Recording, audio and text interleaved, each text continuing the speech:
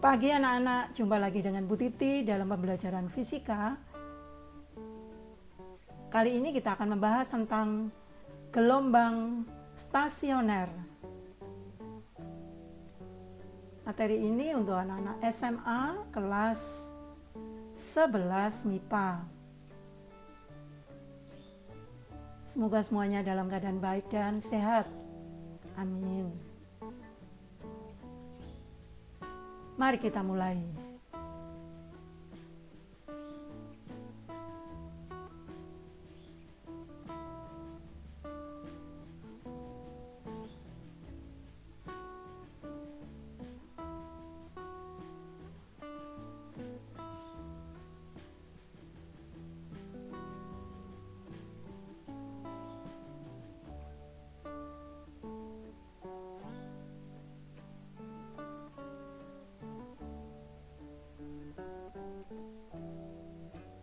Pada bagian gelombang stasioner ini kita akan bahas dua, yaitu gelombang stasioner pada ujung bebas dan yang kedua adalah gelombang stasioner pada ujung tetap.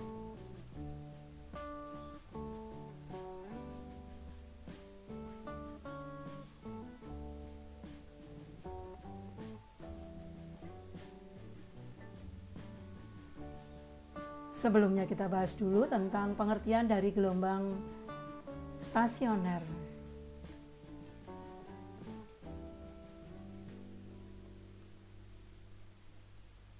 Gelombang stasioner nama lainnya adalah gelombang berdiri.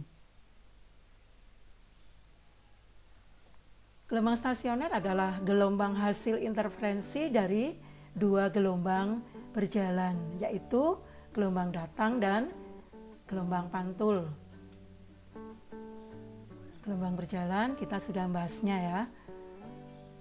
Nah, gelombang stasioner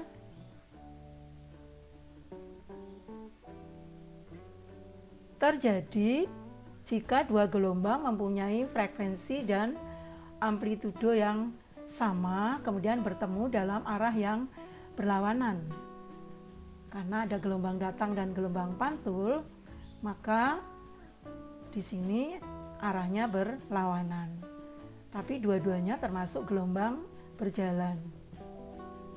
Nah, gelombang stasioner terdiri atas simpul dan perut.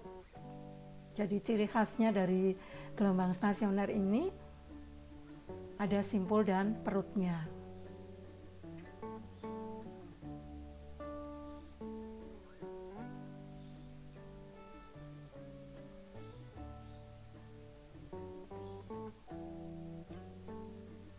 Apa yang dimaksud dengan simpul dan perut?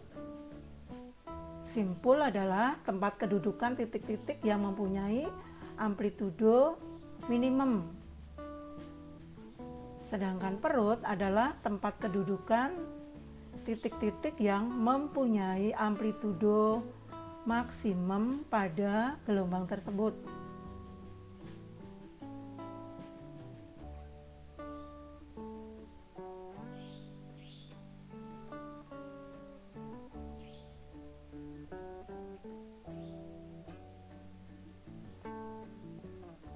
Jadi simpul terdiri dari simpul dan perut ya. Di sini simpul tempat kedudukan titik-titik yang mempunyai amplitudo minimum. Jadi simpul itu titik begitu ya. Kemudian untuk perut adalah, kita ingat perut itu berarti amplitudonya maksimum. Gelombang stasioner terdiri dari dua macam,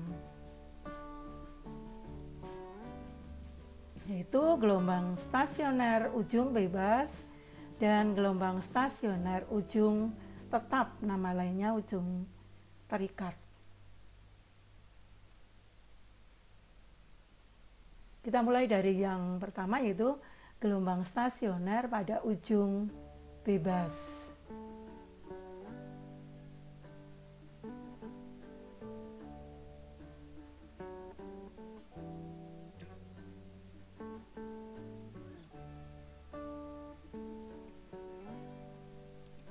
Ya, yang pertama adalah ini percobaan, sebuah tali yang di ujungnya tidak diikat atau diikat tetapi longgar gitu ya.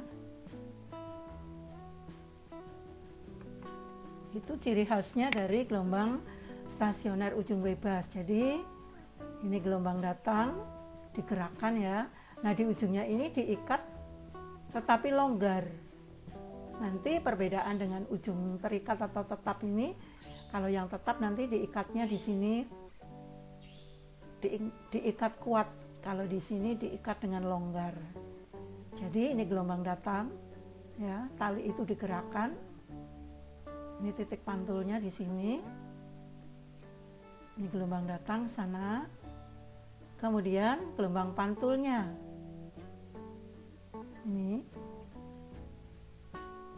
Ini ada jarak dari C ke B, ini juga jarak dari C ke B.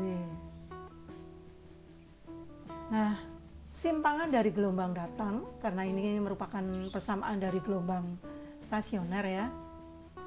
Ini yang gelombang datang, simbolnya adalah YD di sini, A sin omega T min KX.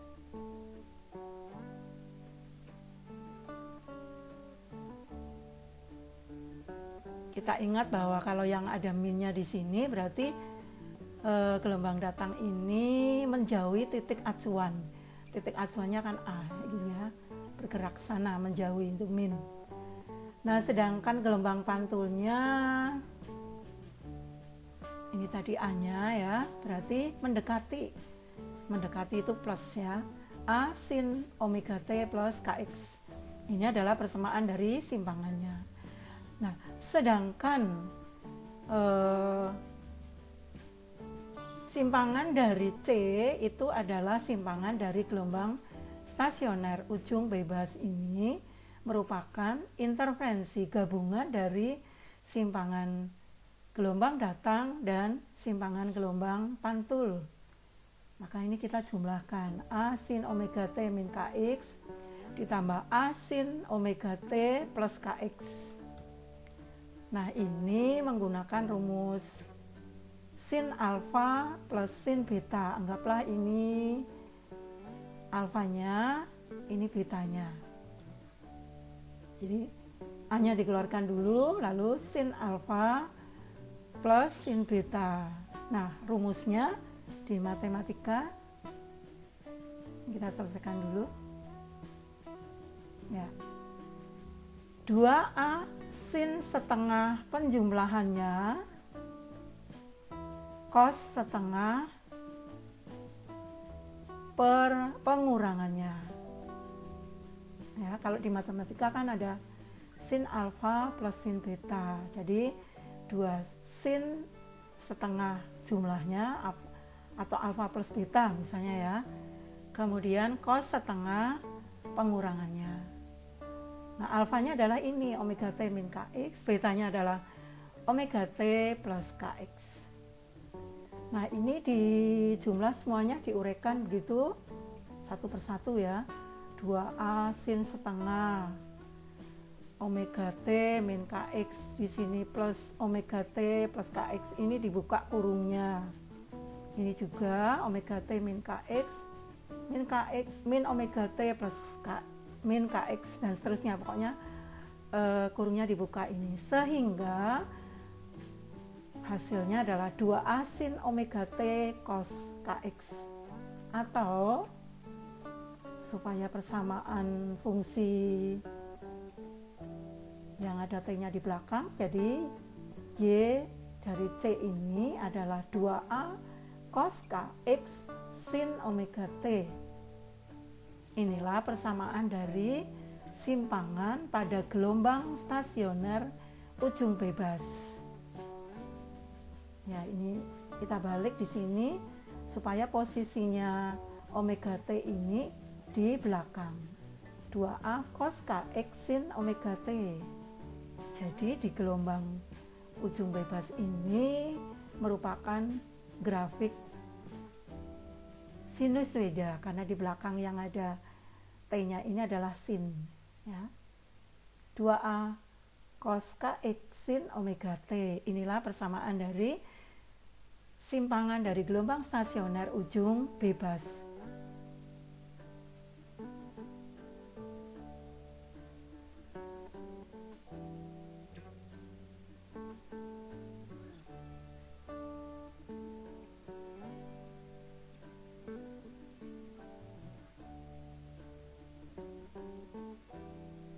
Masih dilanjutkan tadi rumusnya.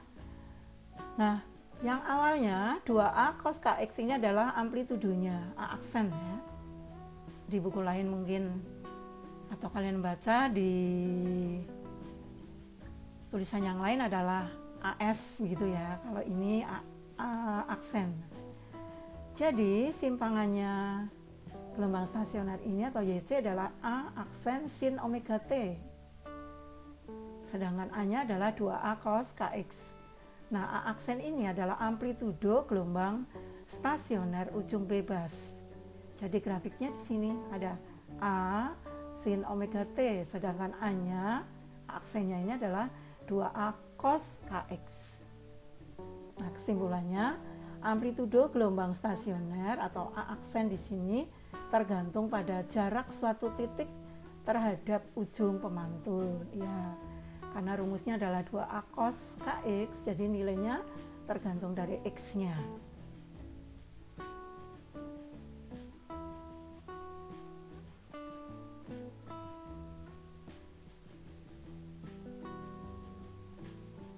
Nah, tadi pada awal disebutkan bahwa gelombang stasioner ciri khasnya memiliki simpul dan perut ya. Jadi kalau simpul itu titik-titik di mana amplitudonya minimum, ini simpul ini. Ya, hanya sebuah titik. Ini juga semuanya simpul. Kemudian perut adalah titik-titik yang amplitudonya maksimum. Ini perut, jadi perut itu besar gitu ya. Sedangkan simpul adalah sebuah titik. Nah, kita lanjut pada ujung bebas tadi. Jika A aksennya 0, maka A aksennya cos KX sama dengan 0. Jadi nilai KX adalah setengah pi atau 3/2 pi atau 5/2 pi dan seterusnya. Jadi di sini nilai cos ini kan yang nilainya 0, sudutnya adalah setengah pi atau 3/2 pi atau 5/2 pi dan seterusnya. Setengah, 1/2 pi, 5/2 pi ya. Nah, sekarang letak simpulnya. Jadi secara berurutan letak simpul pada ujung bebas dapat dicari seperti ini. Untuk KX1 setengah pi, ini setengah pi, jadi X1 adalah pi/2K. Ini dibalik saja ini. Ya. Atau pi/2. K ini 2pi per lambda ya, ingat tetapan gelombang ya pada gelombang berjalan. Nah, ini nilainya menjadi ini 2-nya ke bawah ya. Sehingga ini nilainya adalah 1/4 lambda. Lanjutannya simpul kedua KX2 3/2 pi, terus sama ya. 3pi/2K, ketemunya adalah 3/4 lambda.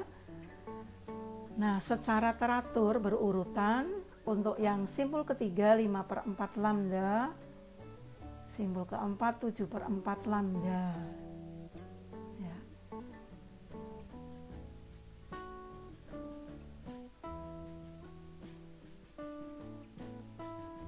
Sebetulnya tidak menggunakan rumus bisa dilihat. Simpul pertama ya, simpul pertama itu ini.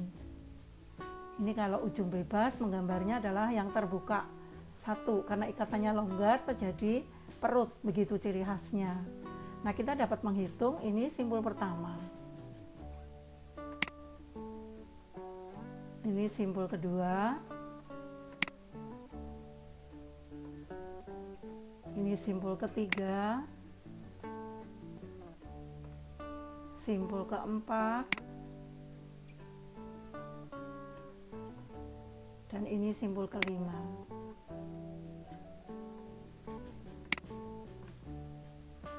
Nah, kalau dilihat dari titik pantulnya di sini ya, simpul ini adalah 1/4 lambda. Ini simbol pertama. Dengan demikian simbol kedua di sini 3/4, ini 5/4, ini 7/4, dan ini terusannya 9/4 dan seterusnya. Nah, kita bisa melihat bahwa tidak usah menggunakan rumus, bisa digambar seperti ini.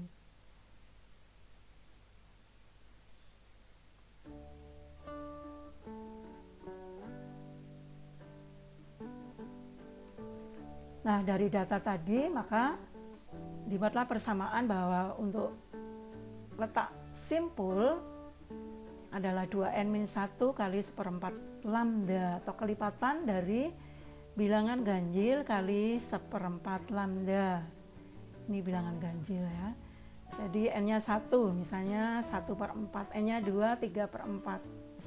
N-nya 3 adalah 5/4 dan seterusnya. Boleh menggunakan rumus ini, tetapi boleh menggunakan gambar yang tadi, gambar ini. Ya. Yang pertama, simbol pertama adalah 3/4 lambda. Yang kedua, 3/4. Ini 1/4, 3/4, 5/4, 7/4, dan seterusnya. Seperti itu. Jadi boleh tidak menggunakan rumus, langsung menggambar saja, tapi ciri khasnya adalah gelombang berjalan pada ujung bebas ini awalnya dimulai dari perut ya.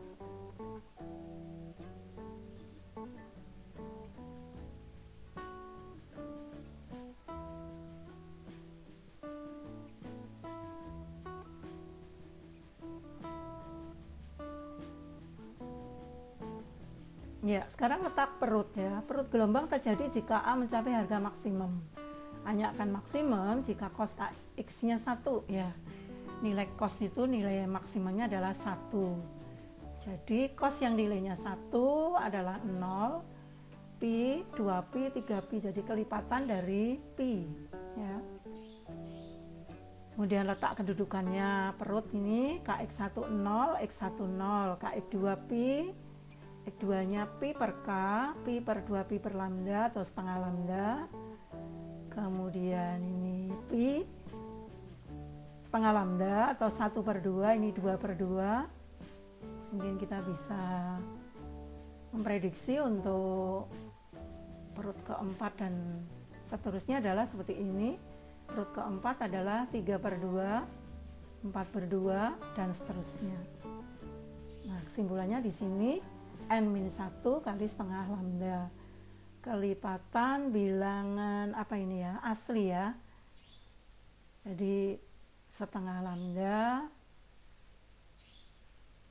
1/2 lambda, 2/2 lambda, dan seterusnya. Jadi 1/2, 2/2, 3/2, 4/2, dan seterusnya. Ini kelipatan dari setengah lambda.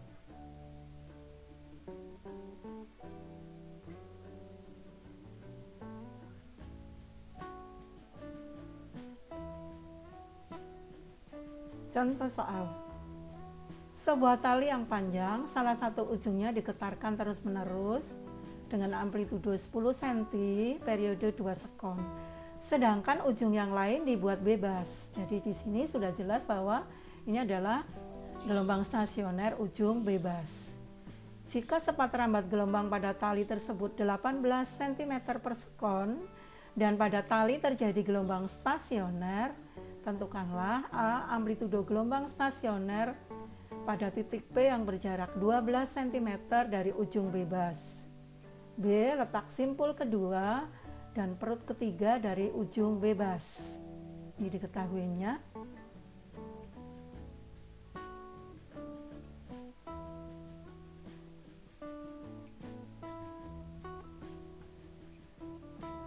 Ditanyakan amplitudonya dan letak simpul kedua serta perut ketiga.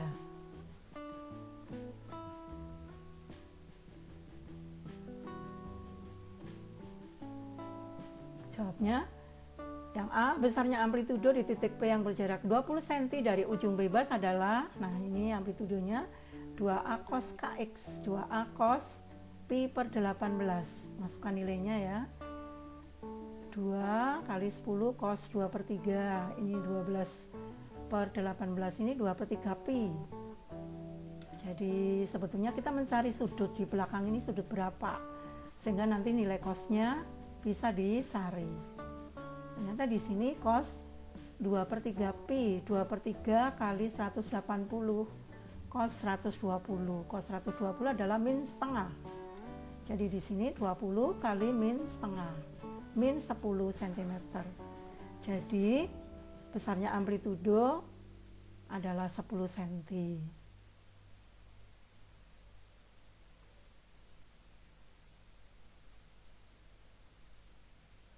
Kemudian yang B, letak simpul kedua. Ya, tadi simpul adalah kelipatan bilangan ganjil kali 1/4 lambda.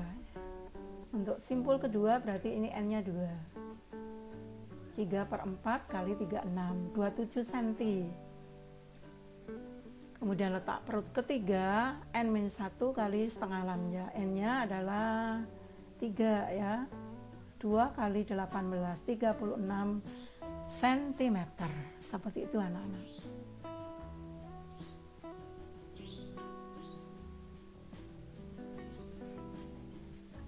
Yang B adalah gelombang stasioner pada ujung terikat atau ujung tetap.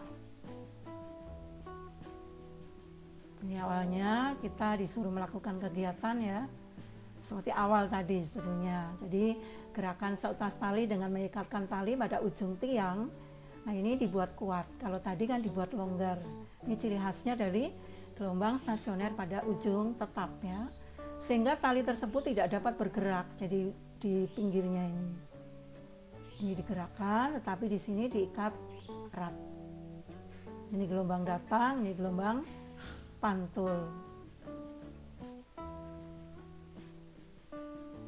Pada ujung tetap ternyata hasil pemantulan gelombang terjadi loncatan fase sebesar setengah, sehingga gelombang yang tadinya datang berwujud bukit, gelombang dipantulkan berubah lembah ya. Ini karena ada perubahan fase. Apabila ujung bebas telah bergetar selama T sekon, maka persamaan gelombang datang pada titik C dinyatakan YD sama dengan A sin omega T min Kx, dan persamaan gelombang pantul yang sampai di titik C dinyatakan YP A sin omega T plus Kx. Itu sama dengan min A sin omega T plus Kx.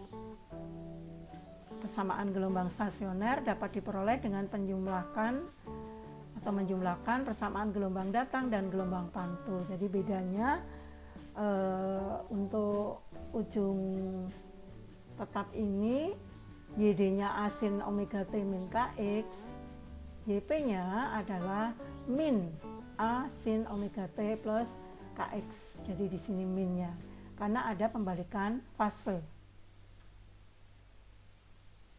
Nah, sekarang kita lihat persamaannya.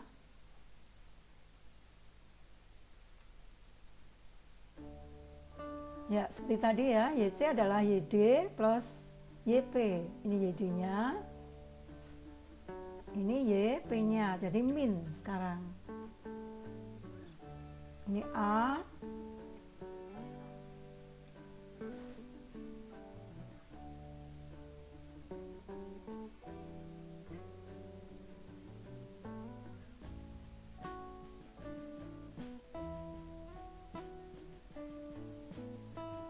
ini min ya anak-anak ya.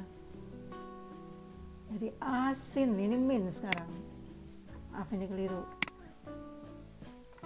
Asin omega T min Kx min omega T plus Kx. Jadi ini sekarang menggunakan rumus matematika sin alfa min sin beta. 2A cos setengah. Penjumlahannya sin setengah pengurangannya.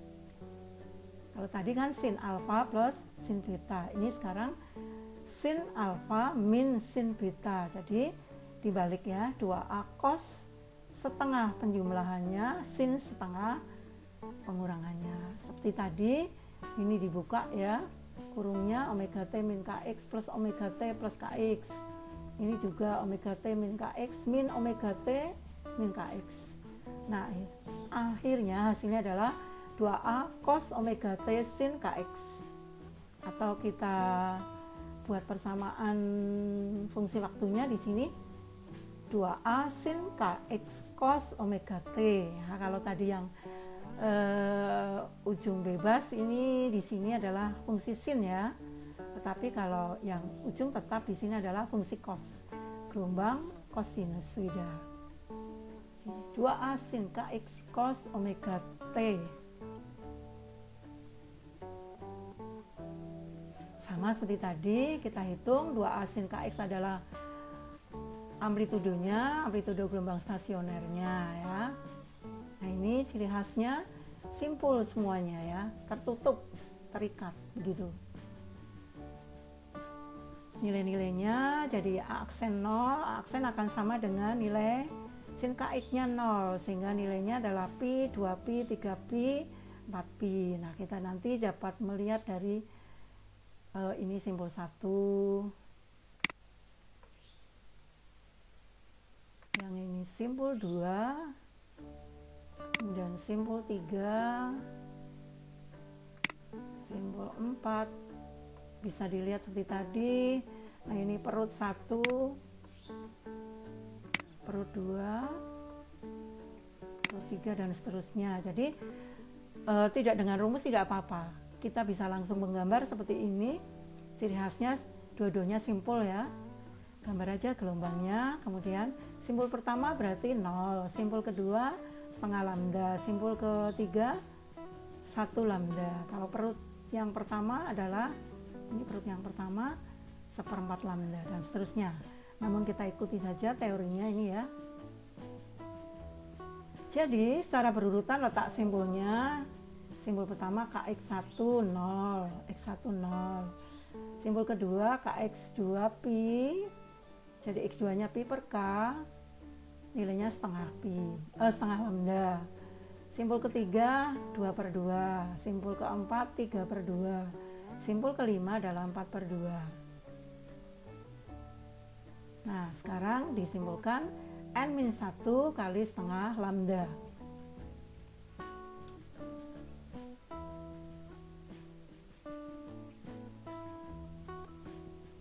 Untuk letak perut, yang pertama 1/4 lambda, 3/4 lambda, 5/4 lambda, 7/4 lambda. Kelipatan bilangan ganjil dari 1/4 lambda. Jadi kebalikan dari gelombang berjalan pada ujung bebas tadi. Untuk letak perutnya juga kebalikan tadi ya, 2n-1 kali 1/4 lambda. Ya, contoh soalnya, sepotong tali yang panjangnya 5 meter, salah satu ujungnya terikat kuat, sedangkan ujung yang lainnya digerakkan secara kontinu dengan amplitude 10 cm dan frekuensi 4 Hz. Jadi di sini sudah jelas bahwa ini adalah soal tentang ini ujung terikat ya. Jika cepat rambat gelombang pada tali itu 8 meter per sekon, tentukanlah amplitude di titik P yang terletak 1,5 meter dari ujung terikat. B. Jarak simpul ketiga dari ujung terikat. C. Jarak perut kedua dari ujung terikat. Penyelesaiannya kita masukkan amplitudenya 2A sin pi 1,5, 2A 10 sin 1,5. Nah, ini nilainya 1,5 pi itu adalah pi itu 180, jadi sin 270. Sin 270 ini pada kuadran ketiga, jadi min 1. Min 20 cm. Kalau ditanyakan besarnya, boleh saja tidak menggunakan min ya. Letak simpul ketiga, n-1 setengah lambda. Jadi n-nya 3, 2 kali 1, 2 meter. Ini lambda anak-anak. Ya. Letak perut ketiga, 2n-1 1/4 lambda, 2 kali 2 masukkan ya. Ini 1 1/4 kali 2. 4 min 1. 1 meter. Ya, ini n-nya 2, perut ketiga ya.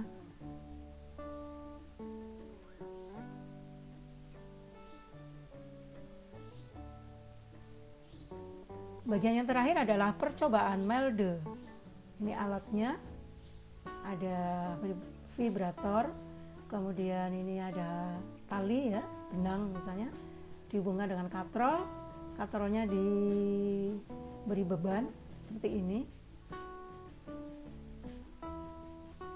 Kegunaan dari percobaan melde ini adalah mengukur cepat rambat gelombang transversal atau V pada sebuah dawe.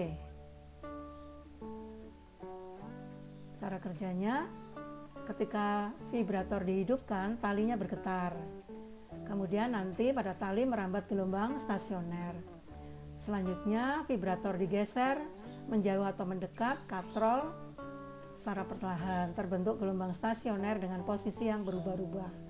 Setelah terbentuk gelombang stasioner, maka kita dapat mengukur lambda. Kita lihat dulu gambarnya. Nah ini, jadi setelah vibrator ini digerakkan, maka terbentuk simpul dan perut ya pada tali ini.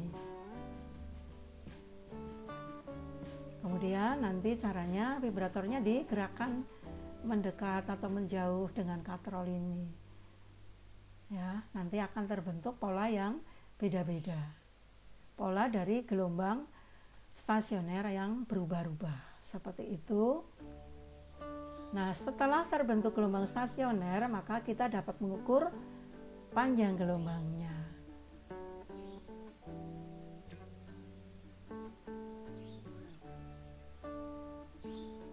Nah, jika frekuensi pada vibrator misalnya F-nya diketahui, maka V-nya dapat dihitung dengan rumus umum gelombang ya.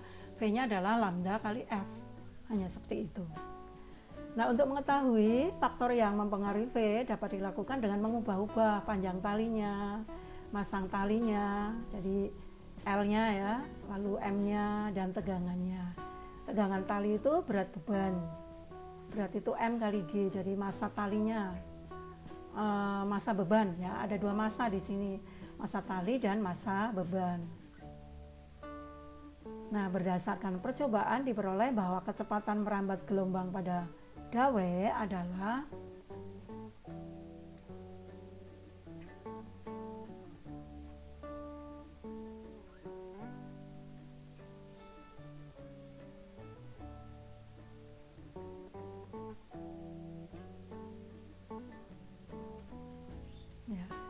berbanding lurus dengan akar panjang dawai, berbanding terbalik dengan akar massa dawai, berbanding terbalik dengan akar massa persatuan panjang dawai, berbanding terbalik dengan akar massa jenis dawai, berbanding terbalik dengan akar luas penampang dawai.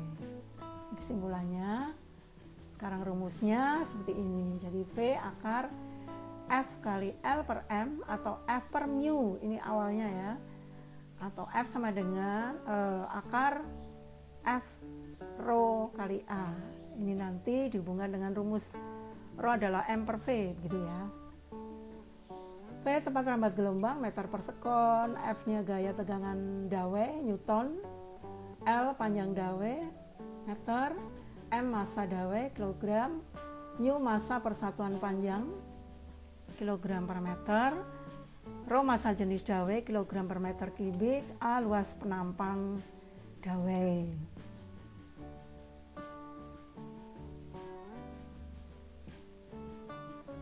Contoh soal, percobaan melde menggunakan tali panjangnya 2 meter dan massanya 2,5 gram serta diberi gaya tegangan sebesar 50 Newton. Tentukan berapa meter per sekon cepat rambat gelombang pada tali tersebut.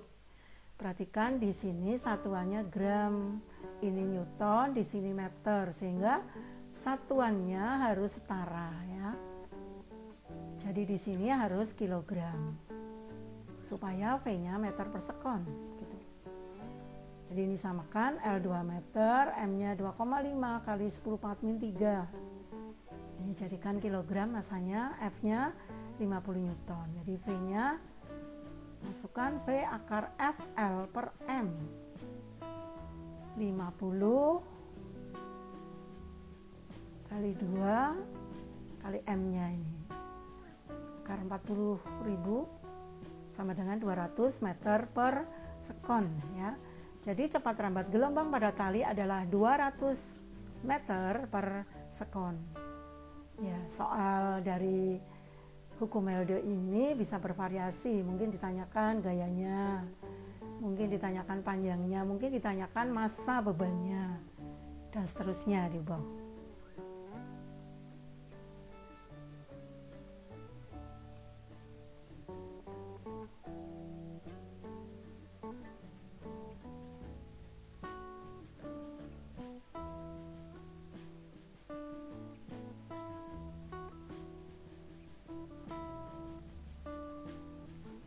Sampai sekian dulu anak-anak pembahasan materi kali ini, semoga bisa bermanfaat untuk kita semuanya. Salam sehat selalu.